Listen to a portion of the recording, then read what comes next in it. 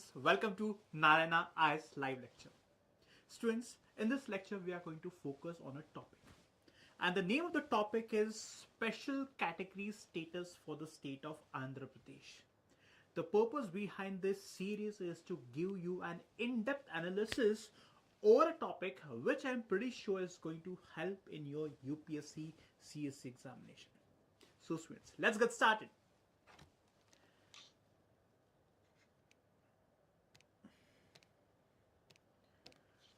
So the title of the topic is Special Category Question. So in this article, it is very important for you all to understand the special category status that has been given to different states in our country, right? So in the same sequence, you also need to understand the concept of fiscal federalism, right? So let's get started. What is the context? The context is that Andhra Pradesh for a very long time is requesting or demanding a status of special category for the state of Andhra Pradesh. Now, given that the government in Andhra Pradesh has become a kingmaker, why? Because the TDP, the Telugu Desam Party, which is the state government, has also got 16 seats in the Lok Sabha. And this 16 seats is very, very important for the current government, that is the BJP, to form the government. And given that the state of Andhra Pradesh has become a kingmaker, there's a high chance that the central government might give the status of special category to the state of Andhra Pradesh. Let us try to know more about the special category status. So what is special category status? Now students, special category status is nothing but it is a classification. This classification is granted by the central government to the states. So does it mean that the central government can classify any state as a special category? No. There are many parameters.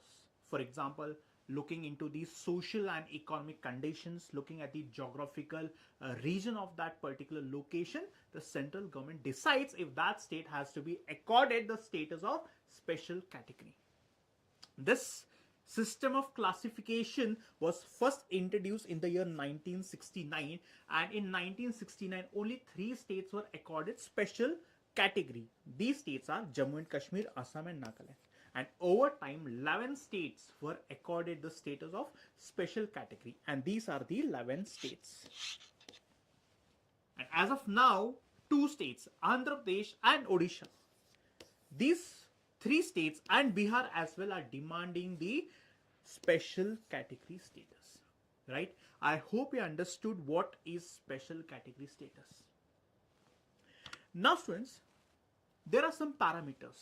So for the central government to accord any state the status of special category, there are few parameters. And these parameters were devised by a person named Ramchandra Gadkil. The reason to have parameters or provide parameters for this special category status is because to address or to overcome the challenge of uneven resource allocation for the states. Now students, until the late 1960s, the distribution of finance from the central government to the states was uneven, right? So in order to have this even distribution of finances or money to the states, it was important that a committee needs to devise some parameters. For example, let's say there are 2 states. One state is socially and economically backward. The other state is socially and economically prosperous. So does it mean that the central government has to give the same money to both the states? No, right? So here the central government has to give more money to a state which is socially and educationally backward. Right, that's the reason the parameters were devised by the Gadkil committee. So again, this point becomes very important for your prelims examination. And which are the parameters? Which are these parameters? First is hilly terrain. So let's say, for example, if a state or the majority of the regions in a state are located at a hilly region or hilly area, then the central government will classify that state as special category. You might ask me, why is it that if a region or a state is hilly, the central government classifies that state as special category? Now students, when it comes to the geography or location, the geography of a location is very important for the investments to flow in.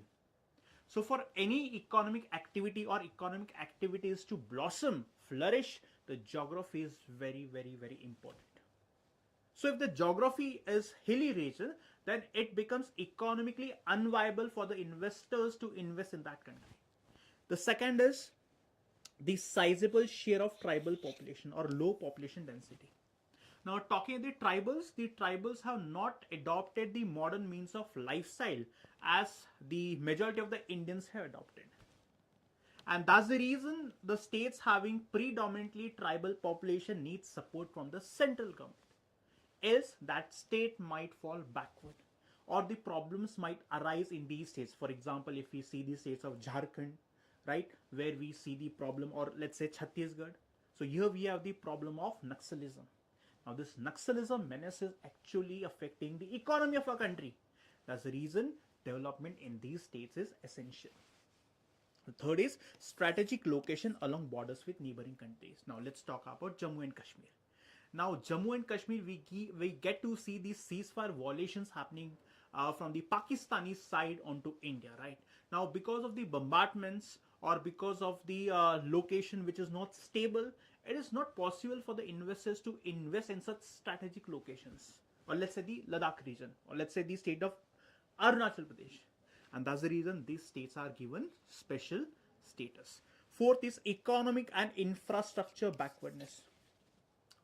Now, in the areas where the population, or for that matter, the income is low, the per capita income is low, the region is dependent on agriculture, industrially the region is weak, so such region requires more protection from the central government. And the fifth is non-viable nature of the state finances, which means the state government is not in a position to generate more revenues. So these are the parameters on the basis of which the central government will decide if the state has to be accorded the status of special category. Now the question is, why is Andhra Pradesh demanding the status of special category? These are the three reasons on the basis of which Andhra Pradesh is demanding a special category status. Now students, pose the bifurcation of the erstwhile state Andhra Pradesh into two states, Andhra Pradesh and Telangana. Right? Andhra Pradesh lost significant revenue and development to Telangana. Right, so much of the development that we had seen in Andhra Pradesh went to Telangana post the bifurcation in the year 2014. Now Hyderabad, which is the capital of Telangana, so Hyderabad accounted for around 56,500 crore out of 57,000 crore software exports in the year 13-14. So a region, a city which is economically prosperous, that city went, or that city became the capital of a newly formed state, Telangana. At the same time, if you see the debt increased from 97,000 crore to 3.5 lakh crore. Why? Which means the revenue deficit is more. Now, post the bifurcation, Andhra Pradesh government witnessed more revenue deficit. Now, what is revenue deficit? Revenue deficit is when the revenue receipt is less than the revenue expenditure, which means it says that the state government is unable to cover the day-to-day expenses like, let's say, salaries, subsidies, etc. Right? So revenue receipt is the money that the state government or the central government earns in the form of taxes or non-taxes, and the revenue expenditure is when the state government is spending money on, let's say, taxes, or for that matter, salaries, interest payment, subsidies. This is revenue expenditure. So when expenditure is more than receipt, it amounts to revenue deficit. And the 14th Finance Commission had estimated that the RD, revenue deficit, would be 22,000 crore, but in actually it is 66,000 crore. Talking about the per capita income, if I have to compare Telangana and Andhra Pradesh, in Telangana it is 14,411, around 14,000 or 15,000, and Andhra Pradesh is just 8,000 rupees. Now, post the bifurcation, students, Andhra Pradesh inherited nearly 59% of the population debt and liabilities, but only 47% of the revenue. So it has inherited more problems, but it got less money. And if you have to compare Andhra Pradesh and Telangana, Telangana is industrially advanced, but Andhra Pradesh is still dependent on agriculture, primary source. So these are the reasons, students, due to which Andhra Pradesh is demanding special category status. So you might wonder, what would this state get if the central government classifies a state as special category? Of course, there are multiple benefits, one being increased central funding. Now students, there are two types of or two ways through which the central government helps the states for development. One is the centrally sponsored schemes. Now students, these centrally sponsored schemes are the schemes where the central government and the state governments both fund for a developmental project. Let's say the ratio can be 60:40, which means 60% the central government will fund, 40% the state has to fund. Or it can be 75-25. 75 the central government would fund, 25 the state would fund. But if a state is accorded the status of special category, which means for a development project, 90% of the fund will be given by the central government and only 10% has to be given by the state government. There's another classification which is known as central sector scheme. Sector scheme. In this central sector scheme, 100% fund is given by the central government. This is one benefit. The second benefit is flexibility in fund utilization. Now students, in the budget, the fund that the central government gives to the state government, if the state government fails to utilize that money given by the central government, the fund lapses. It goes back in the treasury of the central government. But for the states, given the status of special category, the fund does not lapse. It does not lapse, which means the fund can also be carried forward the next year. This is the second benefit. Third is tax concessions. Now the states having the category of special status get tax concessions, like concessions on excise and custom duty, so that it helps the state to manufacture more. Income tax, it allows the people to save more money, and corporate tax, which means this tax concessions are given so as to attract the investors.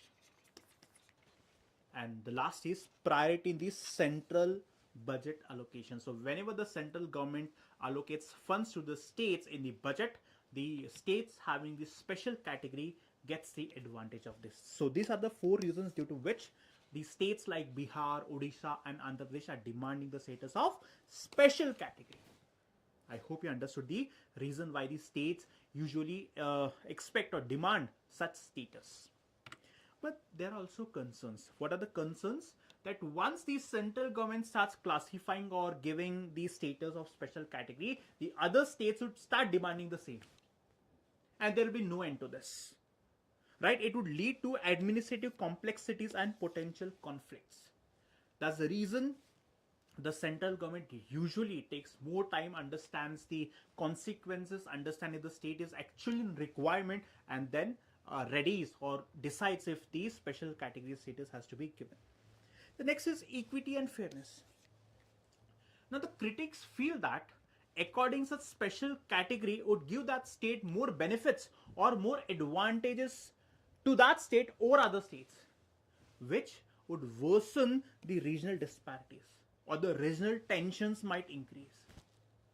This is the reason the critics of special categories status want that such status should not be given. Right? So I hope students have addressed each and every dimension of this topic, right? And I'm pretty sure that these dimensions will help you to write a good answer in the UPSC mains examination, right students? So that's it from today's live lecture. I hope you understood the topic. And students, if you want us to continue with such topics or the explanation of such important topics for the UPSC examination, then please to like, share and subscribe Narayana IAS. Thank you so much.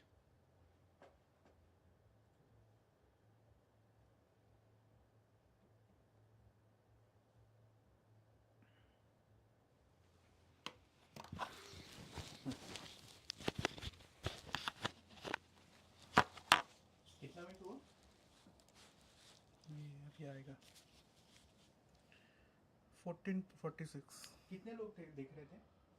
13 views. 30 views.